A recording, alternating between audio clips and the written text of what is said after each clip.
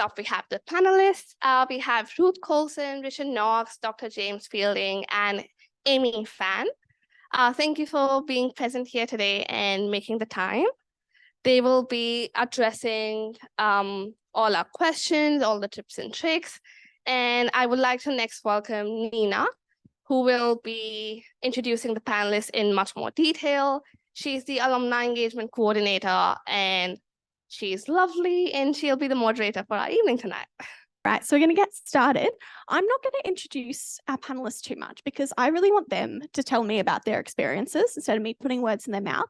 So I'd love to introduce our panelists and invite them to come up. So we've got Ruth Coulson, Dr. James Fielding, Richard Knox, and Amy Fenn. Please come on up to the stage.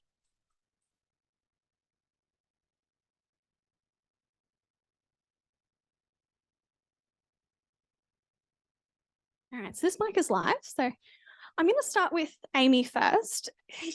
You are here, so you get stuck first.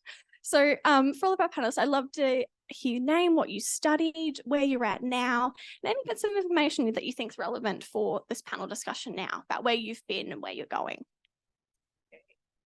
All right. So my name is Amy Fan. I studied Bachelor of Electrical Engineering at UQ, graduated in 2017. I joined Energy Queensland as a graduate engineer. I started in Townsville and did a year up there. That was a lot of growth in that year, being in a different town, completely different from Brisbane, being born and raised in Brisbane. And then, left the grad program, worked as an asset maintenance engineer and moved more into the operational space. And now I support crews on the daily.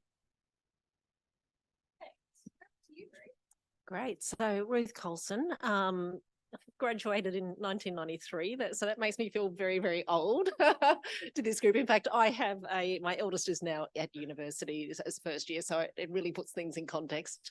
I'm the CFO at Urban Utilities. So Urban Utilities, most people don't know who we are, but effectively everyone who turns on their tap or flashes their toilet, we provide that service to you. So as a CFO, it's a really great role, but I cover all things from what we price, what we charge our customers, make sure we bill you correctly, how we procure lots of different things, obviously all the financial accounts and statements. But more than that, I think what the great thing about CFO is you get involved in every single conversation that happens across the organisation, whether that's be sustainability, what things are going to look like in 30 years' time, how we can grow our business in a number of different ways. So I love what I do. In terms of my career, where I've sort of come from, I started through quite a traditional accounting route. So after graduation in 93, joined what was Coopers and Lybrand, that merged with PW into what became PwC, which is now a bit of a dirty word for everyone.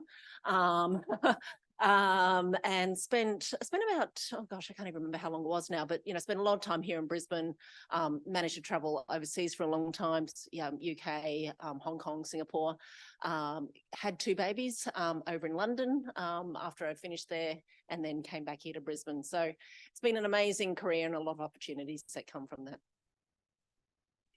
Hello, everyone. Richard Knox is my name. Thank you for having me tonight. So you'll see up there my job, and I've figured out earlier this week how I got dobbed in for this. So you'll see the common organisation. So I work as a HR director for Allianz Partners. I sit on the exec team for that organisation. I graduated, I learned in 03. I'd forgotten that, to be honest, because it is a little while now. I've had a few dog legs in my career. I joined the University Army Regiment when I was at UQ at St. Lucia, for any of you who know it. So I had a first career in the Army. I was an infantry platoon commander. So if any of you know what that is, your job is basically to sort of seek, hunt. The official job title is seek, hunt, and close, kill and capture the enemy. So it's a little different to what I do now.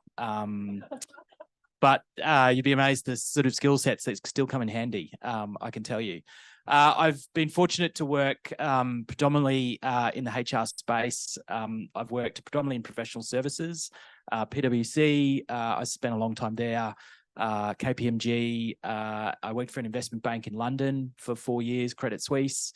Some of my alumni aren't doing so flash at the moment. For any of you who know Credit Suisse, they've just gone under. It's 160,000 people when I was there, sort of 12 years ago. So it's phenomenal how things change. It was an outstanding company, back in those days.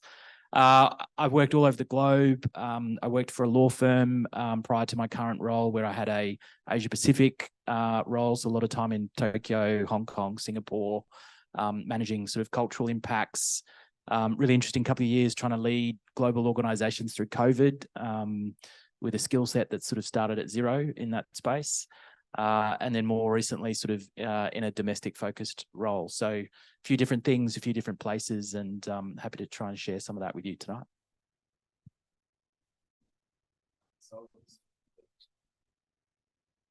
Hello, my name's James. I'm the managing director of a company called Audira. We're ASX listed, AUA, shares are cheap by now. It's only up from here. I left school and couldn't decide between business and medicine, so I ended up doing both. I did a business degree and a science degree, had a job working in a casino in Vegas, which got me a spot in a hedge fund in New York, worked in a movie production house and won an Oscar, which was fun, and then came back and did medicine and was lucky enough to get a scholarship to do MBA studies at the same time. Came out and started 5 companies across a broad range of areas trying to solve some public health problems. Audira is my passion because I get to merge medicine and music together. I've been doing that for 8 years now, which has been lots of fun, but we're just getting going. So my day-to-day is managing a small team that's punching well above its weight and trying to slowly take over the world, while growing rapidly, while not spending any money, while hiring people that are appropriate for their role, while not overpaying them, and making sure they only want to work part-time. So it's a good mix as we take on some of these new challenges. So looking forward to tonight. Thank you all. I'm really excited for our panel discussion.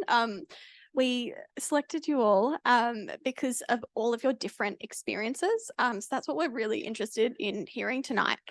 I might start with you, Amy. So when you left UQ, you started as a graduate engineer and now you're up in a senior position. I'd love to know how you made those transition leaps, because sometimes it can be hard getting out, especially that graduate job.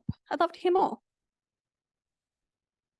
Okay, so I started as a graduate and I was really lucky to be assigned a mentor in Townsville. As you go through the grad program, you go into different teams every 6 months. And along that way, you meet a lot of different people. Some people you bond with and connect with, and others then soon became my mentor, whether it was formal or informal. Then I also volunteered at a technical society, so Electrical and Engineering Society of Australia. And I became the chair of Queensland there. And I was really fortunate that you had mentors that were both in execs all the way down to your peers that you could bounce ideas with. And then I was able to bring those lessons learned and come to the society and trial it in a way, like see what works, what didn't work. I had a lot of managers every 6 months, as you know, and you picked up on traits that you really admired about them and things about them that you went, yeah, that's not really my style. So I was able to experiment that with different people. And then, leaving the graduate program, I went into asset maintenance, and that was a different beast in its own. Like, it was a very different mindset, very strategy focused. So you were surrounded by people that had a very different mindset that I learnt to myself, because I have a very operational, we need an answer now, we need this asset back in the network, what's your call, make a call now. So that's the space that I'm in now. And then moving into this senior role, definitely imposter syndrome is a thing, but having a good network around you and having mentors that go, you know what, you're doing really well. And also there's no harm in being honest. Sometimes if you go, you know what, I don't know the answer, give me 5, I will ask people, I'll get back to you, is actually quite an admirable trait. Because I had a manager in the past and he would come in and go, I'm so sorry, I've royally screwed up, but I will make it up to you. And I found that very humbling to be able to be around that. And that's something I try and embrace today. Hopefully that was helpful. No, that's amazing. you mentioned the mentors were really helpful throughout your transition. How did you find those mentors? Were they people in your networks or? Bit of column A, column B. So I still am well connected with my mentor that I was assigned with. Really fortunate that we get along really well. So we'd talk about problems, how we would approach it. He would be approaching it from one way, I'd approach it the other way, and we would just brainstorm on those ideas. I'd come across people in my different teams, and some you would bond with on a more friendship level, and they mentor you more of the people who are challenging, how to work around that, how to tackle people who don't see eye to eye with you, or how to compromise and come to a common ground. I also have other mentors that give me more advice with career advice of where do you want to be? Do you want to be a manager? Do you want to be a technical expert? So yeah, just I guess through networking, putting yourself out there and saying yes to opportunity, I've met a lot of people.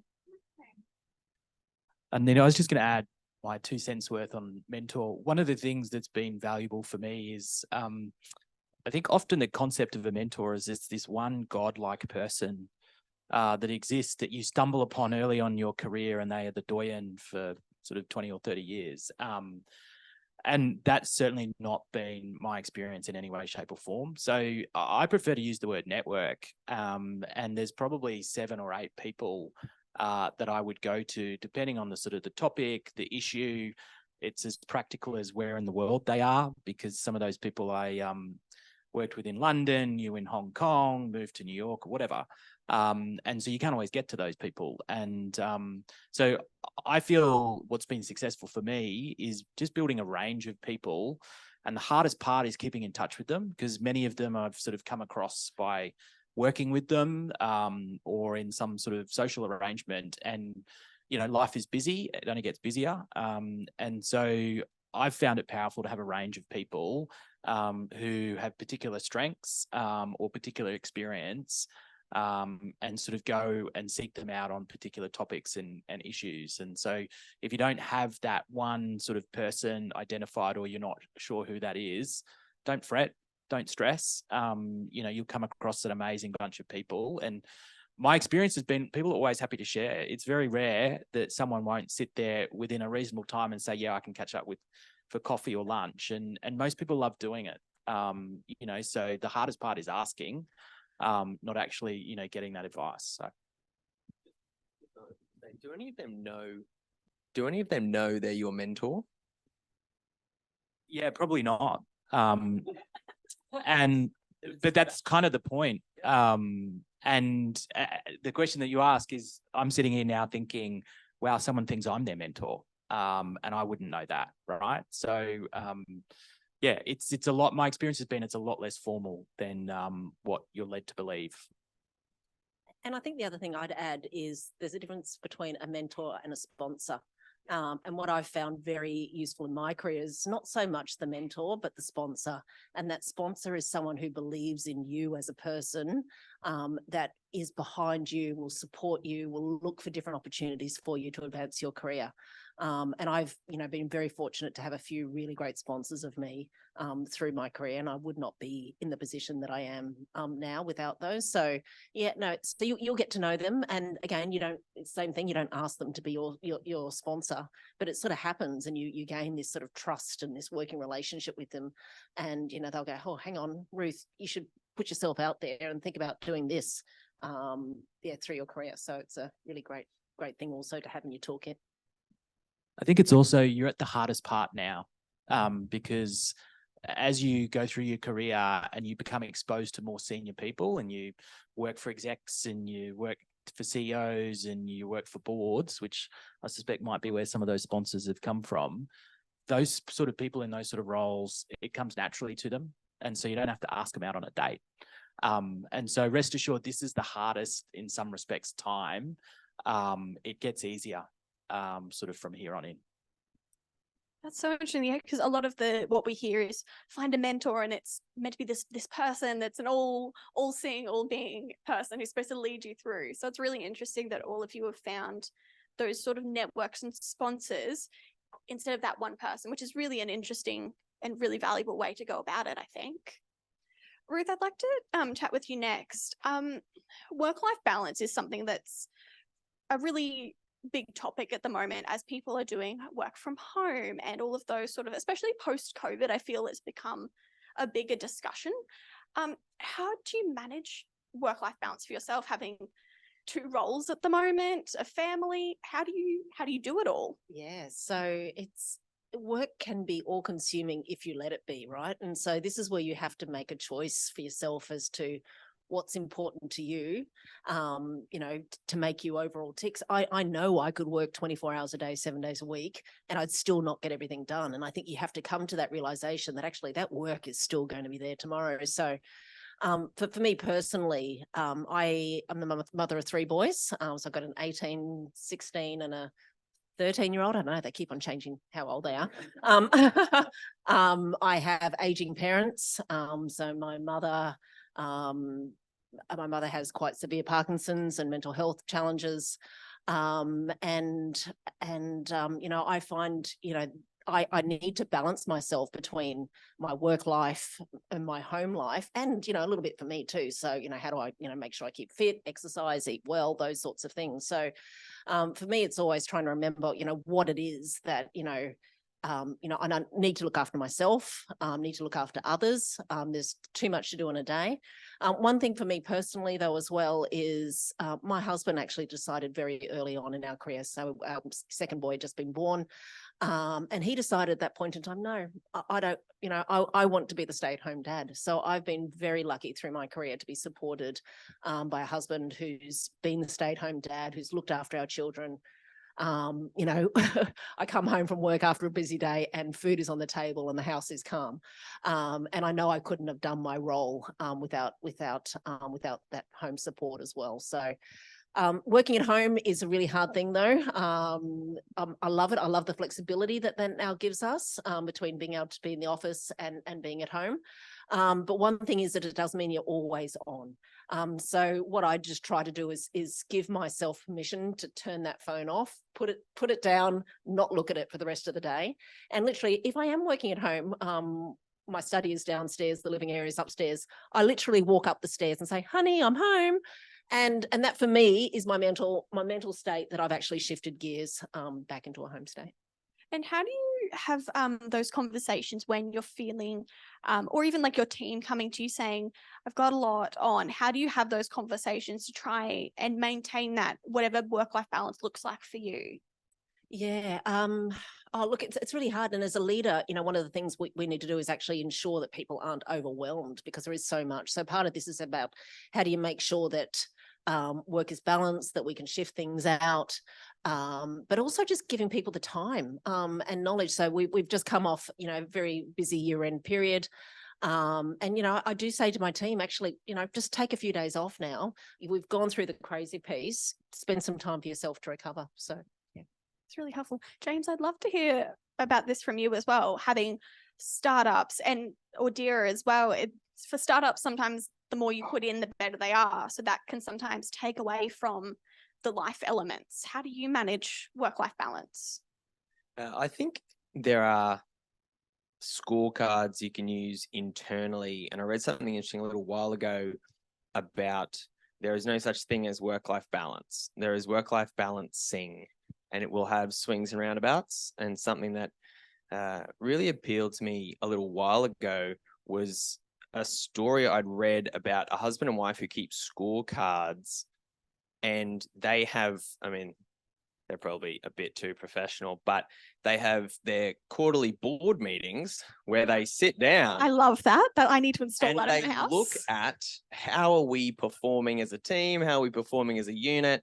So they have person, professional, and partner as their 3 tiers, and then they rank themselves because there are times when professional wins. So if I'm going to Europe for the week and I'm bouncing around, I'm on flights, I'm doing all that, my wife is picking up the slack at home and she's doing all the drop-offs and pickups. My wife got breast cancer at home, dealing with that. I shifted gears. So I'm doing drop-offs, pickups, hospital appointments, all that kind of stuff. And the world kind of gives and takes, and it gives and takes. And I think especially when you're young and hungry and going after it, it is okay to surrender to the fact that there's a lot to do. So that's what I'm doing today. Sort of like exam block. I was very fortunate at university because life was pretty cruisy. I was doing a management degree and a science degree. I had about 3 hours of contact a week, right? But every now and again, there was exam block. And you I had to sort remember. of, you had to strap in and really give it some for a few days. And then you'd knock out those exams, and then you'd kind of go back to life. And medicine was very different because you were turning up to work every day and you sort of transitioned. And I think that you have to be forgiving of yourself and forgiving of the people around you to make that work as well. And I think there's this idea that if you're not in perfect balance, there's something wrong with you. But I think not being in perfect balance is just kind of human life.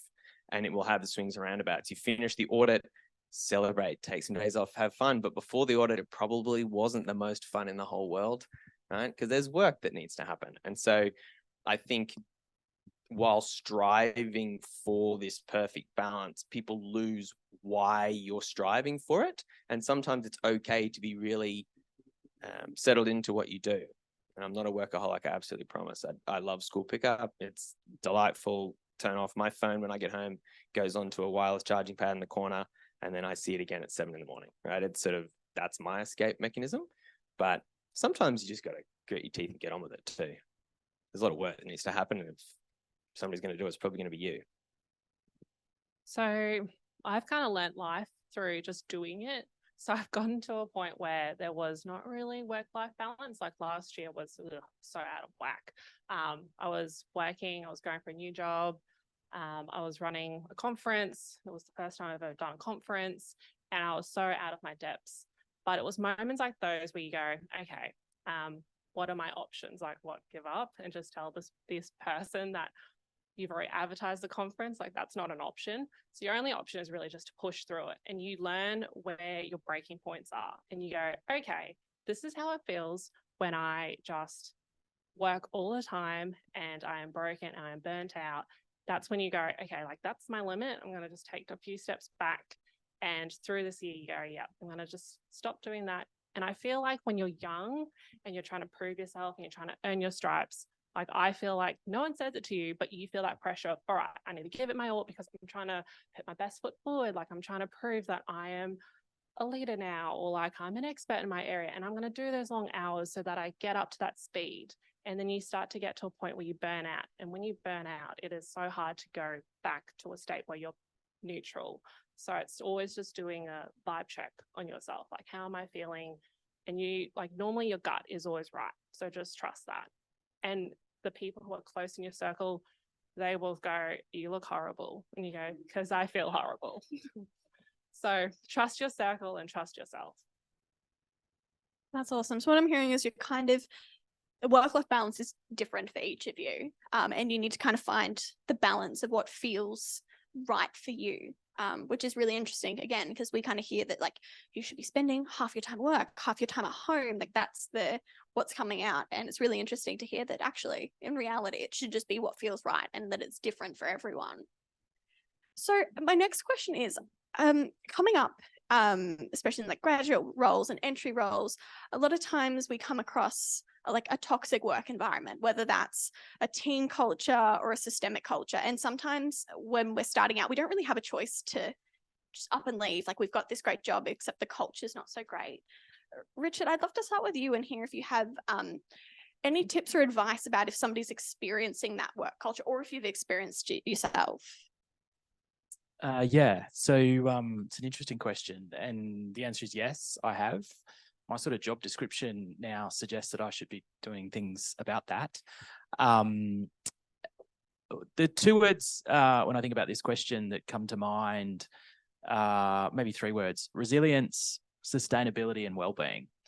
And what I mean by that is you can't be in an environment that is causing you harm, right? So when I started work, the word well-being was a yoga retreat that you did on the weekend, right? It wasn't a work topic.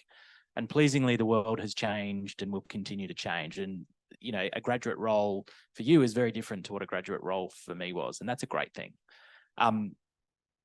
But we don't always have those choices, right? The rent's got to be paid, the bills have got to be paid, and so on and so forth. What I'd encourage anyone in that circumstance is, and this is the word resilience, is what can you still take away from that environment, and what can you still learn? Because times will get tough, roles will get tough, challenging projects, challenging personalities, teammates, bosses, clients are often the worst. And so I'd encourage you to sort of sit back and think about what are you taking out from that experience and how is that building for the future? And if you're only ever cruising and doing things easy, maybe you're so brilliant and great at what you do that comes naturally. And there's some of those people, I know some of those people, I'm incredibly jealous still. But that hasn't been my experience. Notwithstanding, you might look at, my job title and say you've been really successful. So think about in that experience what you're still taking away and what you're learning. And it's probably not on your job description. That doesn't mean it's any less important. But I also absolutely believe that there's a point, don't do yourself harm, right? There's nothing more important than your health and well-being. Jobs will come and go. And the challenge is also, self-awareness, which is there's the practicalities of a career. I look at CVs all day. I interview mostly execs now, but I've sort of done that my entire career. And if I look at a CV and someone's been at a different company every 2 or 3 years and moved, by the time they get to interview with someone like me, that's a problem. The greatest, for me, sign of success is where someone's built a career within an organization so that they've done one role for 2 or 3 years, they've moved to another role, they've maybe done a third role, because that suggests to me that that organization really values that person and is investing in them with sponsors and mentors. And that's the sign of success. So it's hard, right? Because if you're in a toxic environment and you're in your third job in 4 years, that's a tough place to be, because someone like me is going to read your CV and go, I'm worried. Doesn't mean I won't give you the job, but it's hard to be competitive against other people, right? So you've got to weigh up those practicalities, and that's where that resilience piece comes into it. Absolutely. That's really interesting. Has anyone else on the panel experienced a negative work environment, or how you've overcome sort of like some challenging colleagues? Because that's another thing that, I don't know, we sort of experience entering the workforce is you come into a space with lots of different personalities and belief structures and all sorts of things. Has anyone experienced that? Amy? Yes. In the engineering world, being a female is very challenging. Despite what they tell you, it can be very challenging. Sometimes it is easier to leave, but I love engineering, unfortunately. I love my job. So what options do I have? Find tools to deal with it. So it's, again, going back to your networks, either seeking professional help and go, hey, I am in this environment. I refuse to leave my job because I love my job. But there are certain personalities around me that can be quite challenging. How do I navigate through this? And I've always come across funny personalities through uni, through when I was doing a student engineer, through companies, because it is engineering and they're just uncomfortable because they are not familiar working with someone that looks like me, and it's not me, it's them. So it's either changing your internal monologue and going, yes, they say those things to me, but it's not me. It is them projecting their insecurities. And so you start to feel sorry for them and go, okay, like I feel so bad that that is how they feel. And they need to put me down to make themselves feel better about themselves. So it helps you, I guess, cope with those environments, if that makes sense. Worries, anyone? I think that's a great mindset to have, though. Yeah. So it's great that this poll's up, because this is what I was just about to ask about. So handling feedback and failure can be challenging. I know myself. So when I started my role, I was not good at receiving negative feedback. In events, that's get a lot. None from you. But yeah, but it's definitely a skill that you have to actively develop and work on how you can turn that feedback into a positive. James, you have started many a business, and that in itself leads to a lot of feedback, hopefully no failure, but it is an inherent part of that startup world. How have you dealt with the feedback and failure that you've experienced? I consider myself a practicing stoic. So I do try, to your point as well, to look at why as well. So if somebody has a problem and they have an issue, for example, a nice simple one is somebody's using our headphones and it didn't work and they have a complaint about it, right? And so you can look at that and say, oh no, my world is falling down. How could I possibly have made something people don't like? Or you can look at it and say, what can I learn from this? What am I going to take away? What is my positive? Because there's two things. Either they're right and you should be doing something differently, or they're wrong, which is a shame for them because they need to be educated about what the correct way is or left alone, right? Is the sort of Stoic philosophy on challenging adversity. And I think when you're starting your own thing and you're going out, you do have to take an awful lot of the answers that you're not really looking forward to figure out whether it's going to work. And you build a thick skin, but it can't be too thick, otherwise you don't adapt and you fail. So I think you have to look at that adversity and look at that feedback and determine whether the person is negative or their criticism / advice is negative and thus something you need to fix. Because if you keep saying, no, I'm great, they're just stupid, you will fail. But if you wake up every day and all you look at are the 2 headphones that broke when you sold 10,000 that worked brilliantly, you'll also kind of go nuts. So yeah, you have to do the dance and be balancing that a lot.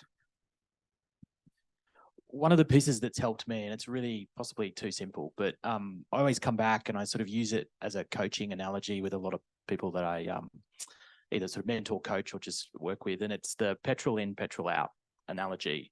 And it's very simple, but it's worked wonders for me, for my career, when I've found myself in a tough spot. And I'll quite often, I use it to this day. I sit down, I shouldn't say this, but I sit down with my EA on a regular basis and we look at the week or two ahead and sort of planning the calendar and so on and so forth. And there's things in my calendar which take petrol out of the tank. And there are things in my calendar which put petrol in the tank. And the same applies to people. There's a few people, I won't name them, but I'm thinking of them right now, and they absolutely take petrol out of my tank. And I look at that meeting next Tuesday and think, shit. But that's fine. And so the thing for me, if I found myself in a tough spot, whether it be an environment, a culture, a role, I sort of really try and balance my work and my approach with that petrol in and out analogy, because there's only so much petrol in the tank, right? And the tank can't be empty. And so it's really simple things like, you know what, this particular piece of work or project actually isn't a priority in the bigger scheme of the organization, but it's something that I and the team are really going to enjoy. So we're going to do it now. It's probably not the right timing for different strategic reasons, but actually we're going to go and initiate that now and work on it because it's a petrol in the tank activity. Because this other activity, 3 activities that we're doing are taking petrol out of the tank. I am going to schedule a catch up or a lunch with someone on a work topic because they're a really great person and I get energy out of them. And it's always really enjoyable. And they're a petrol in the tank person. And so I've always used that analogy. It really is that simple, but it's really helped me through some tough spots. The word balance comes to mind. And because if your day and your projects and your the people that you're working with are all taking petrol out of the tank, sit back and have a think, what puts petrol in your tank, and can you still do that within your current role and current circumstances, and can that help you get through that period? I would also highly recommend having a strong home base, whatever that means for you, because no matter how much the world hates me, my mum still thinks I'm amazing, right? And on Sunday morning, I go and have breakfast with my mum and my kids, and we go back to my house and we go for swims, and the world is fine. And so having people around you that are supportive, etc., and think that it's great but don't actually care what's going on at work makes life a hell of a lot easier. Like, I was on a call here and I was running late and gave Nina a poor heart attack because my son slipped over and cut his leg. And so he needed to talk to me and figure that out. He doesn't care what my share price is. He needed daddy's telling me it was going to be fine. And I get to put on my doctor hat. And, when my wife shows me the Band-Aid and it goes on, it's a special daddy Band-Aid and he feels better. It's pretty hard to have anyone say something mean to you when you just had that conversation. And, that might not be everyone's position, of course, but having somewhere you go where it's your space and you get to be who you want to be and everyone just sort of accepts that that's great, it helps you realize that my internal mantra, which I've been using a lot, especially in podcast land and presentation land, my life is great, It's just sometimes my job is really hard. And as long as that's true, you can get on with it. If that stops being true, then you need to change job, I think. I love those. Those are such good tips. I'm a visual analogy person, so the petrol in, petrol out really works with my brain and how my brain works. If you really want to do it, you can actually visually do that on your desk. So Oh, I've done that before. Don't tell me that. As a clear signal to whether I'm in a good mood for my team. 2 glasses of water, how empty is each one? It Yeah. might not be appropriate in all workplaces. My team knows I don't need anything else on my desk. So just a reminder to everyone, if you have questions, if you're in person, feel free to pop up your hand from now on. But also you can join the Slido and put your questions online. I've seen a question that I really like online, which is how to manage a team and delegate tasks. Does anyone have any tips on that? Because that can just genuinely be a challenging thing, especially if you're stepping into your first role with employees. Like, how do you delegate those tasks? I mean, my tip is probably the first piece is recognizing that it's a different skill. So there's a point in your career, often you'll start as a technical skill set is what you're starting as. And there's a point in time when you sort of, that first role where you're supervising someone or someone's. And I think the most impactful piece you can do is just step back and realize that that's a different skill set. And for some people that may come very naturally, and it's no different from them having sort of captained the under 10 footy team. For some people, it doesn't come naturally. And so I think the first step and my first tip for that is recognize that it's a different skill. It requires different characteristics, different effort, different energy. And that awareness piece, starts you, I think, on that journey. That's where I'd start. Yeah, and just to add to that, I think about it as, what do my team need from me? So not so much what are the tasks I can do, but what do my team need from me for them to be able to thrive within that environment? So, really thinking about it from their perspective, because I do agree it's so easy. Most of us do come through technical backgrounds. We're not taught, we might do, some sort of management course at uni, but it makes no sense to you when you haven't actually done that work or you haven't led people and you haven't done those sort of things. So, like even this week, some of the team at work are doing an emerging leaders program. So I popped down into that team, and it's great because and use that time that you do have and invest in that time for learning how to be a leader, because it doesn't come naturally. It's something that you have to learn and develop. Is there any courses you've done anywhere that you've learned some of those key leadership skills you'd be able to recommend to any of our alumni? Has it just been sort of on the job? Most of mine have been on the job. I wish, I'd done a few leadership courses over time, but I think, you learn different things. And I think every time you do a different leadership course, you always pick up on something new. And it might be something that you probably learned 20 years ago, but you'll look at it in a very different light and with very different perspectives. So, yeah. That's great. Does anyone in the audience have any questions? Otherwise, we'll keep going with online. Yeah. All right. So, there are some really interesting ones coming through. Thanks, everyone online. So when do you know it's the right time to move on to something new?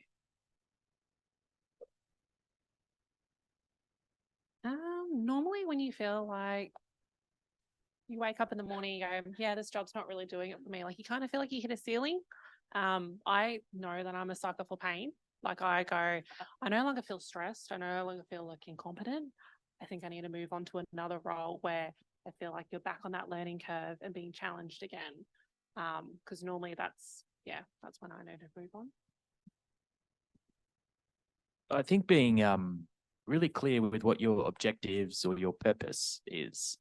And so I would suggest spending some time in that space and trying to be really deliberate. And that's in a perfect world, and the perfect world doesn't exist, as you all know. So, but I try and think of what in long term am I trying to do in my career. And one of the things that really surprised me, I was thinking about it on the drive here and questions I might get asked. And by God, your priorities change. Like I promise you, I'm not that old that I can remember what sitting in that chair was like. And what I wanted out of a job and what I want out of a job now is just so different. And so it catches you by surprise. And I've always worked in big corporates, right? I've always been in big listed sort of corporate land. I've always worked in big shiny office towers on the harbour, on the London Bridge or whatever. And the story I'll tell you, I drive into the city with my wife every Monday. It's the only day that we're in the city together and we're in the car. And we drive home, and for any of you who live on the north side, you might know the old TAB building at Albion there. It's a bomb of a building. It's been there about 30 years, and they're currently tearing it down. And it's the weirdest concept, but my wife and I drive past that every Monday afternoon and go, wouldn't that be a great place to work now? Because it's 10 minutes from home, it's 2 minutes from school, when the kids are sick, you know, and I have literally sat on the 45th floor on the harbour, Canary Wharf in London. I sit on the river here now and all that sort of stuff, right? And it's just that for me, I was sharing that story with my team. If you had have said when I was growing up, because that building existed when I grew up, that'd be a great place to work, I would have sat there and thought you were crazy. But your priorities will change, and they don't always flag and tell you. So, you know, think about what your purpose is. What are you trying to achieve out of this role? You know, are you building your career to something? And I think that's the test on whether if it's no longer delivering to that purpose or that objective, or you've met that purpose and objective, then I think that's maybe the time to do something different. I'd also add to that about being energized by what you're doing. So I think it's just really important that you feel really connected and energized. And once you don't feel that energy anymore, and that drive is not there to do it, again, that's another good recognition that maybe, you know, what you wanted to do, you're not getting that same purpose and connection out of that anymore. And I'm sort of reflecting on a time that I had in between my current role and my previous role, and in that time off, you know, what I really wanted to do. So I was working for a very big ASX 50 sort of organization, and I really just didn't feel connected to this organization, to the work that I was doing anymore. And I really took the time in between these roles to go, what is it that I want from my career? What I realized was that I wanted a connection to a greater purpose in life, to do something that was meaningful, do my job. I love my job. I love what I do. But I just didn't want to make, you know, people rich effectively from what I did. And for me, that was, you know, being involved. I worked out, you know, I wanted to be involved in an organization that had a greater purpose. And for me, that was the water industry in the role that we are doing now. And we're really connecting, you know, providing people with that underlying purpose. So find that purpose for yourself, find that connection to what you're doing. And that makes, you know, what you're doing a heck of a lot more meaningful. I want to say quickly, I think to your point before, Richard, as well, there's moving on as in kind of changing gears entirely, but there's also just asking to move up and do different. I think we all kind of took that question as, when do I quit and change jobs? But then as I was listening, I thought it may well be that what you need is a bit more challenge or a bit different environment. And so having the courage to step up and ask for that is something that I've always valued in teams, and I've always done it myself. You know, a closed mouth ain't getting fed, which I was told for a lovely Texan woman once. And it's true. You know, if you want something, just go and ask for it. And if you think you need more, it doesn't necessarily mean jumping on Seek. You know, just if you're good at what you do and you're valuable and you need more to get you out of bed every day, that may well be where you are. You just get to bite off a bit more of it. And that's how you progress. Yeah, I mean, I'd just add to that.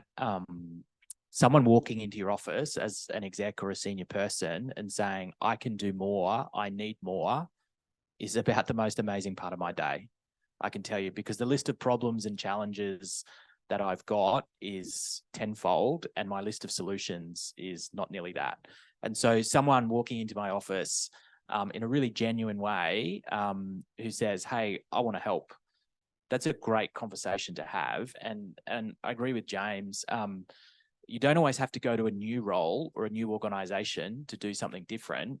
Sometimes it's picking up something extra. And I can give you, that was my example. I've been a HR director most of my life, but you know, my career moves towards more of a COO sort of corporate services. So in my last role, I built a shared services. I built a marketing team, a finance team, I'd moved everyone from Sydney and Melbourne, and I was negotiating with the Queensland government. They gave us a couple of $1 million to do it. That had nothing to do with HR. And it's because I went to the CEO and said, I want to do something more, and I know you're working on this. Can I run it for you? And he said, yeah, great. I hadn't thought about who would, and so it's not always leaving and going elsewhere. How can you grow in your current role? And that might be adding things on. And as someone who restructures companies for a living, things are always moving, right? And there's always different ways to solve teams, to lead topics. And at this level, how do you lead divisions and teams? There's always options. That's so good. We have time for one more question, and I see a question on the screen, which I think is a really nice way to end this panel discussion. And I'd love for each of you to answer this question. What's one thing that you wish you did differently in your career with the benefit of hindsight? Who would like to start first? I know this is a big one to think of on the spot.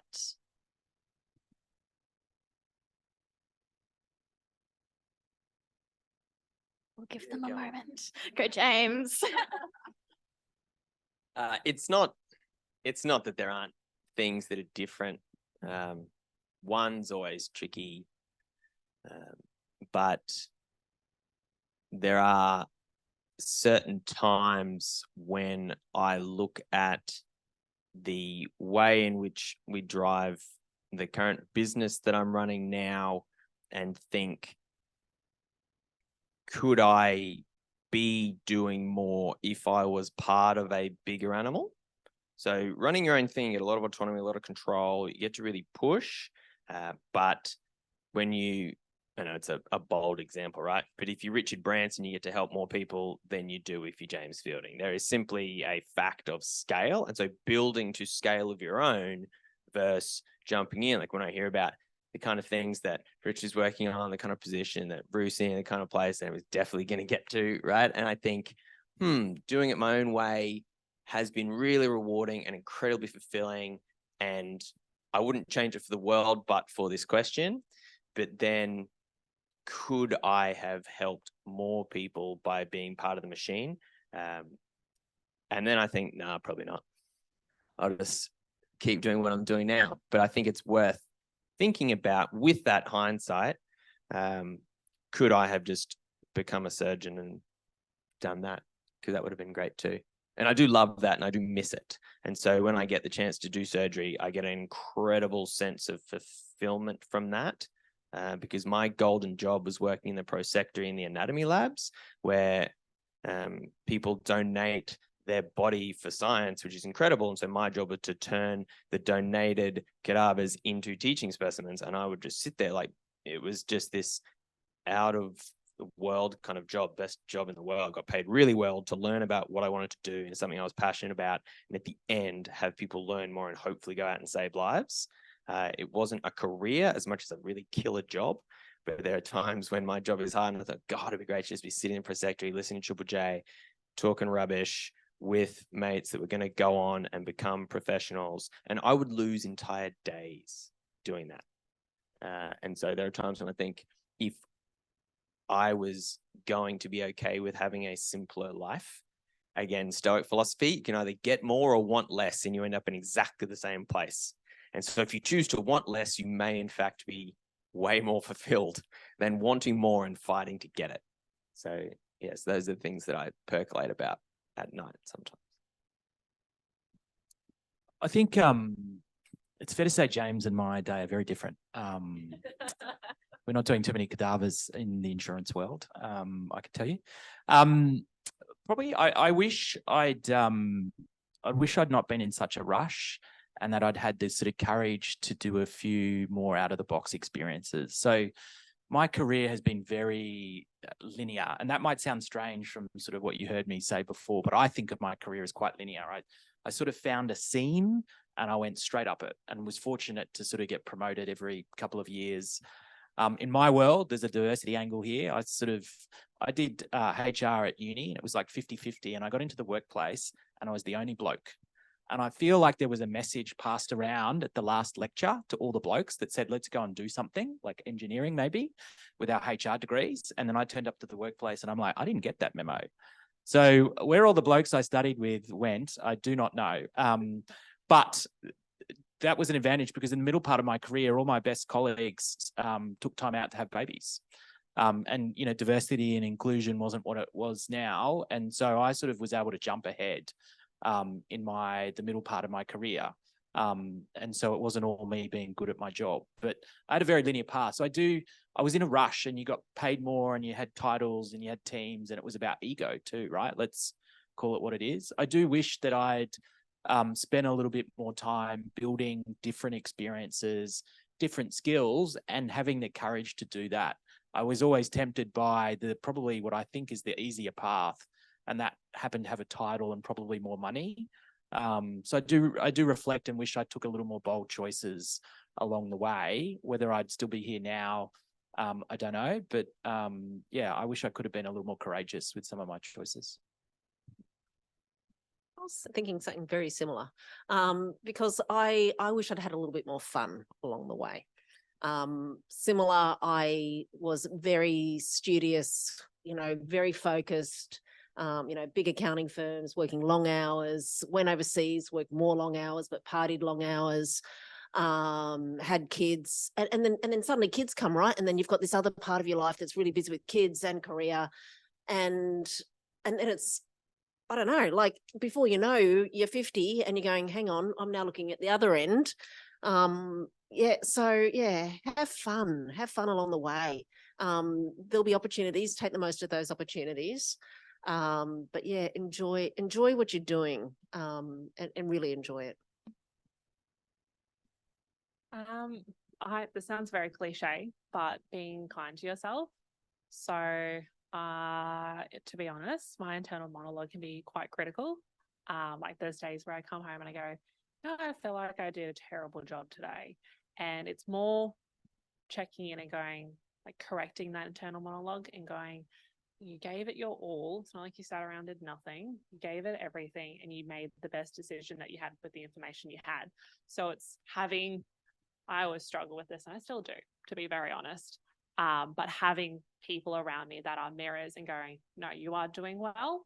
And having that mantra, I guess I could learn, having that mantra to go, yes, I am doing okay about that as well. So that would be one. If I can sneak in another, the thing that's been the most helpful is just reflecting. So I always reflect about my day, what I did well, what I didn't do well, thinking about situations, calling up my friend, talking about the day, talking about different ways I could approach it, talking about his day, different ways he could approach it. And that's really helped me grow, thinking of situations in different ways. Yeah, and probably moving into those opportunities because you have the ability to think and challenge your own perspectives. Could we please give our panel a huge round of applause?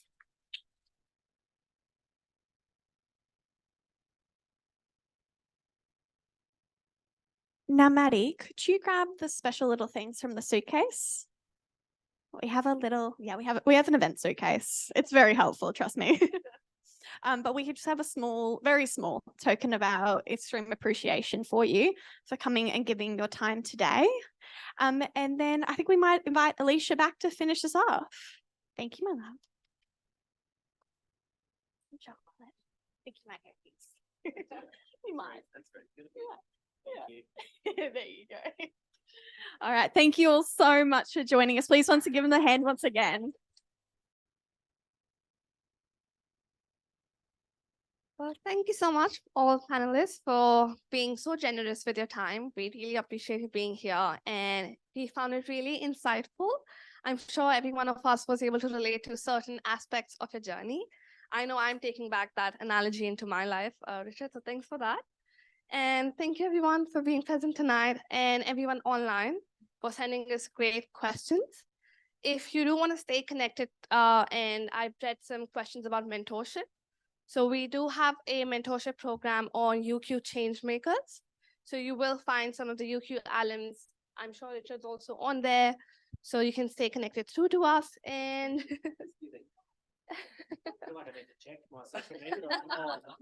I've seen your profile, so I know. But and yeah, And if you have any questions, please feel free to reach out to any one of us on the board.